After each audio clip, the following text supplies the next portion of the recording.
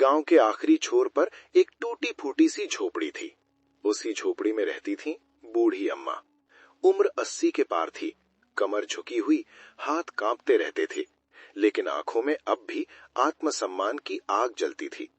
उनके पास न बेटा था, न बहू, न कोई सहारा, सिवाय एक छोटे से खेत और अपनी मेहनत पर अटूट विश्वास के। हर सुबह जब पूरा गांव नींद में डूबा रहता, तब अम्मा चूल्हे की धीमी आंच पर अपनी चाय बनाती और लाठी के सहारे खेत की ओर चल पड़ती।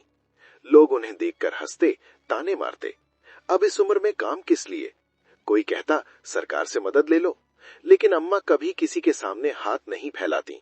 उनके लिए मेहनत सिर्फ पेट भरने का साधन नहीं, आत्मसम्मान की पहचान थी। गर्मी हो या सर्दी, बरसात हो या आंधी, अम्मा रोज खेत में जाती। मिट्टी को छूती तो ऐसा लगता जैसे माँ अपने बच्चे को सहला रही हो। शरीर थक जाता था, पीठ दर्द से झुक जाती थी, मगर मन कभी नहीं झुका। गांव वालों को लगता था कि अम्मा जिद्दी हैं, पर सच ये था कि वे सच्ची मेहनत पर भरोसा रखने वाली आखिरी इंसान थीं। एक साल भयानक सूखा पड़ा, खेतों में दरारें पड़ गईं, फसलें जल गईं और लोग रोजगार की तलाश में गांव छोड़ने लगे। अम्मा का खेत भी सूख गया। एक दिन वो सूखी मिट्टी हाथ में लेकर देर तक बैठी रहीं। आंखों से आंसू गिरे, लेकिन वे हार के नहीं थे। अगले ही दिन उन्होंने गांव के तालाब से पानी ढोना शुरू कर दिया। लाठी एक ओर रखी, घड़े उठाए और दिन भर खेत में पानी डालती रहीं। लोग बोले, अब छोड़ दो अम्मा, भगवान भी साथ नहीं है। अम्मा ने शांत स्वर में कहा, भगवान मेहनत करने वाले के हाथ में ही रहता है। कुछ महीनों बाद बारिश आई। जब गांव ने दोबारा खेती शुरू की, तब अम्मा के खेत में पहले से हरियाली झलक रही थी। जहां दूसरों के खेत सूने थे, वहां अम्मा की मेहनत खड़ी मुस्कुरा रही थी। कटाई के समय वही लोग जो कभी हंसते थे, आज चुपचाप उनका खेत देखने लगे। आंखों में शर्म भी थी और सम्मान भी। अम्मा ने किसी को ताना नहीं दिया। उन्होंने उतना ही अनाज रखा जितना जरूरत था और बाकी जरूरतमंदों में बांट दिया। एक दिन गांव के बच्चे उनके पास आए और पूछ बैठे, अम्मा आप इतनी मेहनत क्यों करती हो? अम्मा ने बच्चों के सिर पर हाथ फेरते हुए कहा, मेहनत इंसान को बड़ा नहीं बनाती बेटा, मेहनत इंसान को सही बनाती है। आज भी अम्मा की झोपड़ी वही है, टूटी हुई, साधारण, लेकिन वो झोपड़ी अब सम्मान की मिसाल बन चुकी है। गांव समझ चुका है कि ताकत शरीर में नहीं, नीयत में होती है, और जो हालातों से नहीं, अपनी मेहनत से लड़ता है, वही असली विजेता होता है। उस दिन के बाद गांव की हवा ही बदल गई। लोग अब बूढ़ी अम्मा को देखकर हंसते नहीं थे, बल्कि रास्ता देते थे। सुबह जब अम्मा खेत की ओर जाती, तो कुछ लोग दूर से ही प्रणाम कर लेते। अम्मा वही थी, न ज्यादा बोलने वाली, न दिखावे में विश्वास रखने वाली, बस अपने काम में लगी रहने वाली। धीरे धीरे गांव के कुछ नौजवान अम्मा के पास आने लगे। कोई खेती के बारे में पूछता, कोई मेहनत से डर लगने की बात करता। अम्मा सबको एक ही बात कहती, मेहनत से मत भागो, मेहनत से दोस्ती कर लो। उनके शब्द साधारण होते, लेकिन दिल में उतर जाने वाले। एक साल फिर मुश्किल आया। इस बार अम्मा बीमार पड़ गईं। शरीर साथ नहीं दे रहा था, पैर सूज गए थे। गांव वालों ने बोला, अब तो आराम कर लो। अम्मा मुस्कुराई और बोली, आराम तब करेंगे जब सांस थक जाएगी। फिर भी उन्होंने खेत में जाना कम कर दिया, पर छोड़ा नहीं। थोड़ी देर जाती, मिट्टी को देखती, पौधों से बात करती, जैसे उनसे हिम्मत ले रही हो। अम्मा की हालत देखकर गांव वालों को पहली बार एहसास हुआ कि सच्ची मेहनत सिर्फ खेत में नहीं होती, किसी की सीख को जिंदा रखने में भी होती है। कुछ नौजवानों ने अम्मा के खेत की जिम्मेदारी अपने हाथों में ले ली। वे बिना कहे पानी देते, निराई करते, फसल संभालते। अम्मा दूर बैठकर बस देखती रहती। उनकी आंखों में सुकून था।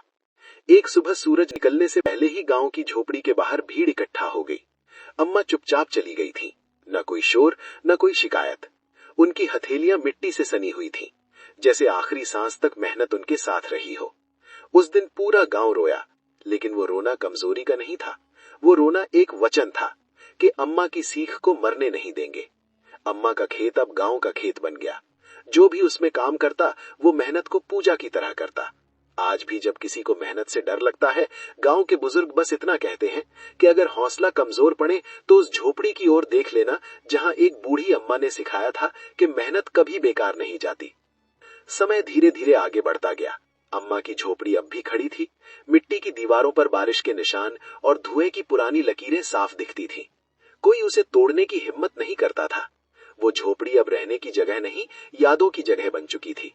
सुबह शाम लोग वहां रुकते, चुपचाप प्रणाम करते और आगे बढ़ जाते। अम्मा के खेत की देखभाल पूरे गांव की जिम्मेदारी बन गई। जो भी उस खेत में काम करता, वो किसी मजदूरी के लिए नहीं, एक कर्तव्य के लिए करता। फसल तैयार होती तो पहले मुट्ठी भर अनाज उसी झोपड़ी के सामने रखा जाता, जैसे अम्मा आज भी देख रही हों। फिर अनाज बराबर बांटा जाता, किसी को ज्यादा नहीं, किसी को कम नहीं। कुछ सालों बाद गांव में बड़ा बदलाव दिखने लगा। जो नौजवान कभी शहर भागने की सोचते थे, अब खेती को अपनाने लगे। वे कहते, अगर अम्मा इस उम्र में हार नहीं मानी तो हम क्यों डरे। मेहनत अब मजबूरी नहीं, पहचान बन गई थी। एक बार पास के गांव से कुछ लोग आए। उन्होंने पूछा कि इस गांव की फसल हर साल इतनी मजबूत कैसे रहती है। गांव वालों ने न कोई नई तकनीक बताई, न कोई बड़ा रहस्य, बस उस झोपड़ी की ओर इशारा कर दिया। कहा, यहाँ मेहनत को इज्जत दी जाती है। समय के साथ अम्मा का नाम किसी कहानी की तरह फैलने लगा। माएं अपने बच्चों को सुलाते समय उनका जिक्र करती, किसान हल उठाने से पहले उन्हें याद करते। कोई मूर्ति नहीं बनी, कोई बड़ा स्मारक नहीं खड़ा हुआ, फिर भी अम्मा हर दिल में जिंदा रहीं। और सच तो ये था कि अम्मा कहीं गई नहीं थी। जब कोई थक कर भी काम पूरा करता, जब कोई बिना शिकायत जिम्मेदारी निभाता, जब कोई अपने हिस्से से ज्यादा किसी जरूरतमंद को दे देता, वहीं अम्मा मुस्कुरा रही होती थी। मेहनत के हर सच्चे कदम में अम्मा आज भी चल रही थी। बरसों बाद उस गांव में एक छोटा सा स्कूल खुला। मिट्टी की दीवारें, टीन की छत और सामने वही पुराना खेत। बच्चों को पढ़ाने वाला मास्टर अक्सर किताबें बंद कर देता और उन्हें जिंदगी का पाठ पढ़ाता।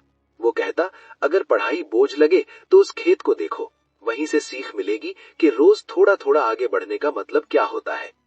बच्चे खेलते खेलते अम्मा की झोपड़ी तक जाते, कोई दीवार को छूता, कोई आंगन में उगी तुलसी को पानी देता। उन्हें समझाया जाता कि ये जगह डराने के लिए नहीं, संभालने के लिए है। यहाँ कभी कोई बड़ा नहीं रहा, बस सच्चा रहा। एक साल तेज आंधी आई, कई कच्चे मकान गिर गए। सुबह लोगों ने देखा अम्मा की झोपड़ी की एक दीवार ढह गई है। कुछ लोगों ने कहा, अब इसे रहने दो, समय हो गया है। लेकिन ज्यादातर लोग चुप थे। उसी शाम बिना किसी बुलावे के गांव के हाथ उठे। किसी ने मिट्टी लाई, किसी ने ईंट, किसी ने पानी। रात तक दीवार फिर खड़ी हो गई। किसी ने नाम नहीं लिखा, किसी ने श्रेय नहीं लिया। उस रात पहली बार लोगों ने महसूस किया कि अम्मा ने खेत नहीं दिया था, एक दूसरे का हाथ पकड़ना सिखाया था। मेहनत अकेले करने की नहीं, साथ निभाने की भी होती है। अगली फसल के समय गांव में एक नई परंपरा शुरू हुई। सबसे पहले वही लोग कटाई करते जो सबसे कमजोर होते, बुजुर्ग, विधवाएं, बीमार। मजबूत लोग बाद में आते। किसी ने पूछा क्यों? जवाब बस इतना था, क्योंकि अम्मा ऐसे ही करती। और जब सूरज ढलता, थकी देहें चुपचाप बैठती, तब किसी के भीतर से आवाज आती, आज भी काम पूरा हुआ। कोई ताली नहीं बजती, कोई नारा नहीं लगता, बस मिट्टी की खुशबू और मन की तसल्ली रह जाती। यही अम्मा की विरासत थी, जो बिना शोर के आगे बढ़ती रही।